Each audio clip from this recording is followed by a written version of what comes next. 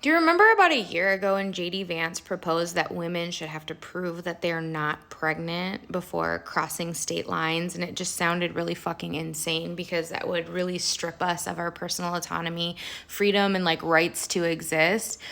So that plus all of these really restrictive abortion bans, which by the way, a lot of the really egregious abortion bans, like the one being put up in South Carolina by Richard Cash, or like this new one that's coming up in North Carolina with Keith Kidwell, they're being pushed down, right? The bills are not getting through.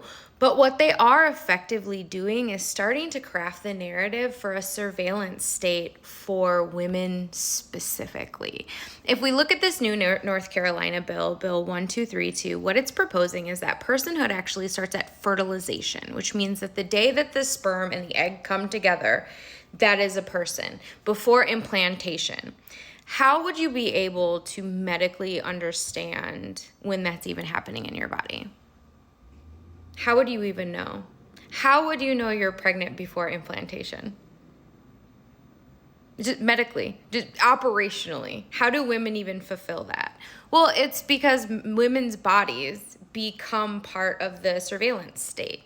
Or even if we think about that bill, that really disgusting woman put up in Ohio that, oh, if you take an abortion pill, you can't flush it down the toilet. And then she actually made like further things about how, menstruation shouldn't really be flushed and all of it should be collected and like brought to a hospital or some sort of like retrieval center. All of this culminates together to create a surveillance state where women's bodies are no longer our autonomous beings, but property of the state.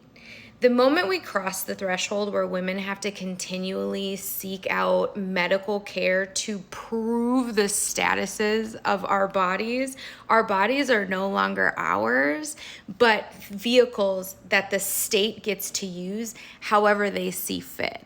And so while I think that these abortion bans being struck down and not being put into law in many cases is like a positive sign, I think the thing we need to be very careful about is that they're queuing up an opportunity to have an endless amount of access to